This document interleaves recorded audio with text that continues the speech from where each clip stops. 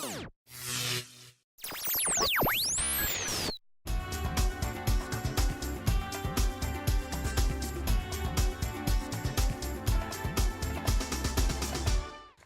and welcome to Coffee with the Councillor. My name's Mel Ashworth and I have the pleasure of the company of Roz Willis. Good morning. Morning.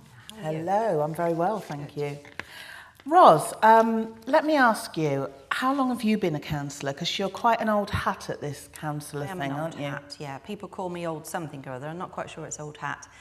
This will be my third term, so this is my 9th year. Okay, so a term is 4 years? A term is 4 years, yeah. Okay. So I've done 8 years. This is coming into my 9th year. And I'm a dual-hatted councillor. I'm Weston Town Councillor and I'm a North Somerset councillor as well. Okay. And I was elected as both straight off. A lot of people do one and then do the other one. They perhaps be a town or parish councillor and then step into North Somerset Council. But I was both straight away, so I actually don't know any different. People say, oh, it's double the work, but it isn't actually. You just work them alongside. Okay, okay. You found a way of doing that. Yes, yeah, I just work them alongside and I know which is town and which is district. And we get accused very often of dual-hatted councillors of having your responsibilities always with North Somerset. But actually you don't, because you look after your ward, and I'm a Western councillor. Which and is I your look after ward? my ward. I'm Milton and Ode Wirral for district, and I'm Milton for town. Right, okay. And which party do you stand with? I'm Conservative. Okay, thank you very much. What motivated you to become a councillor, Roz? Well, I've never been political. I've always had my views and stayed with, and I say never been political. I used to help deliver leaflets when I was 16, which was quite a long time ago. Actually used to be Cheltenham Young Conservatives I was with, and I used to deliver leaflets with them in a miniskirt and long black hair and knee-length boots, which was that a ploy to win across certain voters? Well, it was out with the young farmers, and that was a fashion at the time. Okay, this is thank you. Let's get that into context. Bearing in mind it wasn't last year. Yes. It was 1969, and that was the fashion. And I used to deliver them, but I was sort of never political. It was probably more the fact that I was young and out there and willing to help and etc. So, but I actually stood as a councillor because I've always volunteered for things, always been a volunteer, always worked in the community, and actually enjoy, helping people. And I'd been helping people with disability living allowance claims and appeals, and someone said to me, you ought to stand as a councillor. Right. And I said, oh, don't be daft, I'm not clever enough for that, and who'd vote for me? And went for election with a different party at the time. Can you say who or not? Oh yes, it was the Liberal Democrats. I was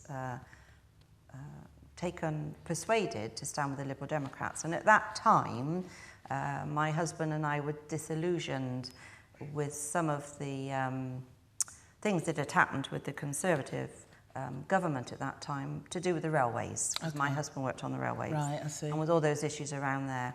And as a good wife, I agreed with my husband that we wouldn't vote Conservative at that, so went for the Liberal Democrats. But I knew immediately that it was not a good decision and where my heart lay. So I went to the Conservative Party in 2006. Right, okay. Now, thank you. You mentioned Cheltenham, so are you not from around here originally? No, I'm a Gloucester girl. A Gloucester girl? I'm a Gloucester girl, so my accent's proper Gloucester. It's very strong, isn't it? You've not lost that. I haven't, no. I was married at 19 and I moved down to Yatton. So it's always been in Somerset. We moved to Yatton and I was there for 23 years and we moved to Weston 16 years ago. Oh, okay. So why did you move to Yatton from Gloucester? Because my husband was Bristol born and he worked for Bristol Airport, so we needed to move down. I needed to move down. And then you moved 16 years ago to Weston? To Weston, yes. To move down. I always wanted to live in Weston. My grandparents had lived in Weston in my childhood, so I spent a lot of time in Weston. Okay. And I always loved Weston, and I wanted to live in Weston. Yeah. So what do you like best about Weston? Oh, I just love the whole feel of Weston. I love the beach. I love to be able to look at the sea, and you can see it. Yes, you can. You can see it. And I just love the whole feel of Weston. I think it's a lovely place to live. And we're so lucky. We've got the beach, we've got the sand. You haven't got very far to go, and you're out on the hillside. You've got, you know, Qstoke with sand, you know, the sand along there at Sand Bay. You can walk along there and not see very many people, or you can be on the beach with little ones and thoroughly enjoy what goes there. You've got the pier, and I just love it. Yeah, I just love I it. can tell. Your eyes sparkle when you love it. talk about it. I love Weston. So tell us a little bit about your childhood, Roz. You say you came to Weston, and your childhood was in Gloucester. And yes, I was a young carer, really. I didn't know I was a young carer until 1999. Which was a very long time to be a young carer. But my father had heart trouble. So as a child, I always remember my dad with a poorly heart. And my mum always took care of us. I've got two brothers, an older brother and a younger brother. And my mum had my younger brother when she was 42 and very nearly lost her life. So at 15 and a half, I left school to take care of my mum and my dad and a 7-day-old baby brother. Wow. And it caused a problem at school because obviously in those days, you know, they didn't like you to leave, and said you'll never make anything of yourself, and we had all sorts of problems. But I was determined because in those days social services said I would go with one family. My older brother was already 21 and left home. And that my 7-day-old baby brother would go somewhere else into social services. And I said that wasn't going to happen.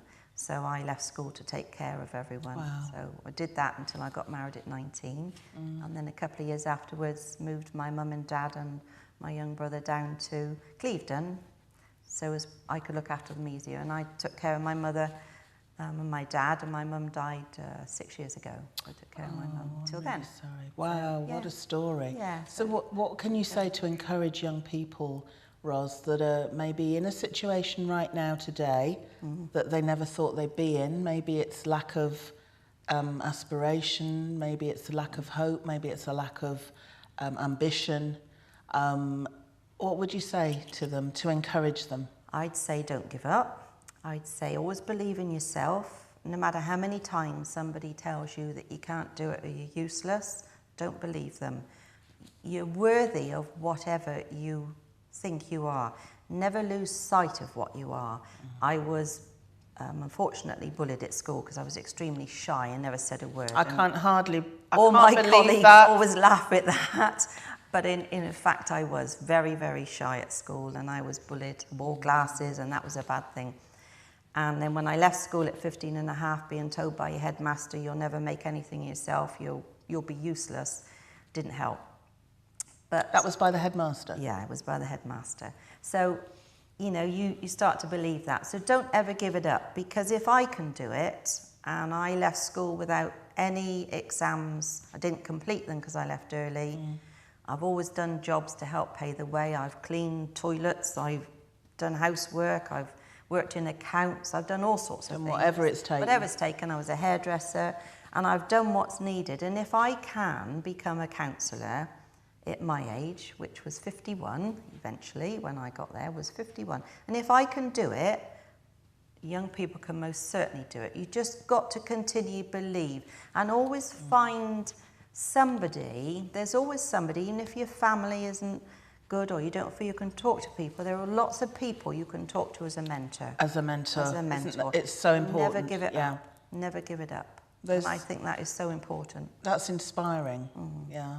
I do feel very strongly about young carers, obviously. And I know now we have the support, and carers and young carers are recognised. In my day, I said I didn't know I was a young carer until 1999 when I went to Crossroads and said, my mum can't get in and out the bath, I believe you can help me with a shower. And they said, oh yes we can, and they helped me with some details. And then I said, I don't know anything about you, and I said perhaps I could come and volunteer with you. So from there, from actually volunteering with Crossroads, I then stepped up to become a councillor Yeah. as such. So it gives you that, volunteering actually gives you that confidence Yes. to make that step. Yes. Because it's not the ego, but it's the fact that you are helping somebody. You may not do what you want to do for them, you may not get where you want to be, but you are actually being able to help somebody. And it's all a step, isn't it? It It's is. all building up your own self-esteem, It your is. own worthiness, It your is. own ability and confidence. Yes. And in actually volunteering, I'm a big advocate of volunteering. Yes. And I get far more in my volunteering than I give. I'm sure I do. And I don't get it for ego. I get it because I think, well, at last I've managed to do something for somebody. It might only be have a cup of tea with somebody or a little chat, but at least you've done something. And There's that saying, isn't there? Pay it on. Yeah. You know, keep paying it on to And I others. firmly believe in that. And I'm a Christian, and it says you must tithe, 10% you must tithe. Well, you can't tithe money. Not everyone can tithe money. But you can tithe your time. And I tithe my time. Exactly. And that's what I do. Unfortunately, my husband says I've gone overboard and I tithe about 120% of my time and keeps telling me to stop. But you'll never stop a good woman. But you see, you have a passion. I do, yeah. And it's the key when you're passionate about something, and Yes. you're obviously passionate about young carers, but also about people. Yes. And I know you're passionate too about community work. Yes. And Yeah. what would you say to people involved in who want to get involved in community work that maybe think they've got to go and get a qualification in it, or You don't. There are so many charities and organisations out there that are so eager to get people on board, young people specifically. And I think volunteering and community work is the way to go. If you're out of work and you're depressed and you're sitting at home and not well, actually make that step and go out and help somebody. Because an hour of your time will be 3 hours for them. And for you, you've actually made that step out into the world again. Yes. And I would say you don't need any qualifications. I haven't got any. I've got a willingness. And if you've got a willingness and a love for people, you'll do it. Yeah. I've got passions of lots of things. Domestic abuse, I'm passionate about helping people with domestic abuse. I'm involved with Centre for the Deaf for people with hearing difficulties. I'm involved with community transport on a very small part. So people watching this Yeah. can actually contact those different organisations and come along Most and definitely, get yeah. involved. I'm involved with CHAT, which is Chaplaincy About Town. I'm chairman of that. I was asked to be chairman in May, which I never thought I would ever be asked to be. You've got time And I for was that asked as well. for that. Wow. And I'm also in my own time, well, this is in my own time, my own name, Yeah. not as a councillor. Yeah. I'm a street pastor. Okay. So, And that entails what? Do you want to street just... pastors are the nighttime economy. Chat is the daytime economy. So Chat are out there in the daytime talking to the people of the town and visitors, etc. But Street Pastors is a national charity. It's the Ascension Trust.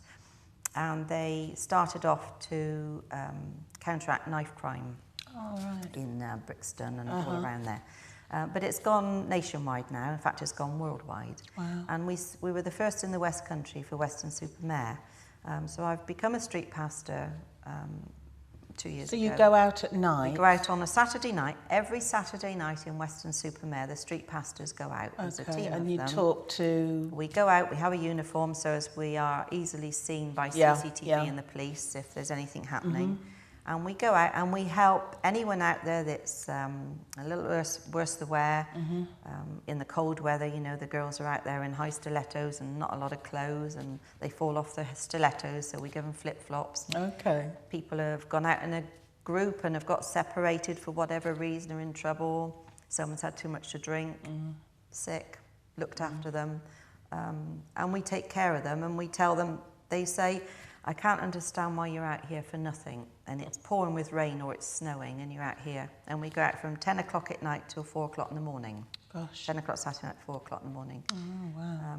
And we just go out there and help people and actually tell them that we love them. And they say, why are you out here? Well, we say, because we're Christians and we believe in loving people.